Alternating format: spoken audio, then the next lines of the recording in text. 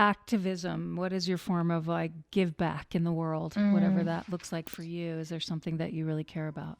That's a really good question. I grew up in Oakland, California, and I think by nature of being in a city like that, I had a lot of conversations surrounding racial justice and talking about identity.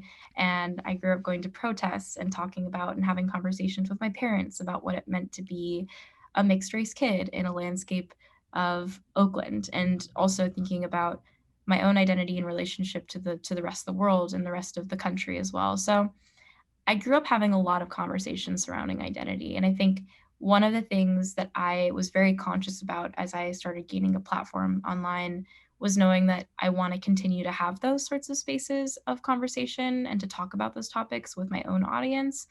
I take a lot of time to look at demographics and also think about who my audience is when I'm interacting with them online.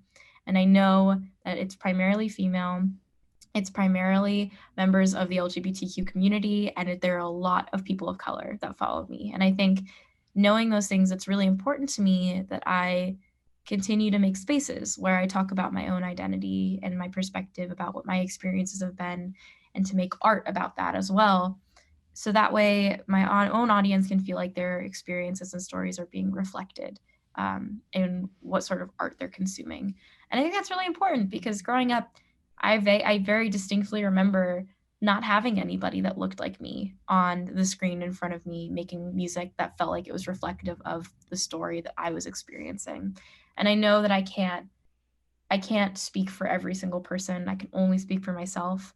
But I think if I can have the courage to talk about what I'm going through, it can give other people the bravery to do the same and to make more space for people to go into something like the music industry, which has been so predominantly and still is predominantly white and predominantly male. And so I think it's really important that I, as a young woman of color who's a part of the queer community, keep doing that and try and push it a little bit further so that way there's more space for new kinds of stories to be told.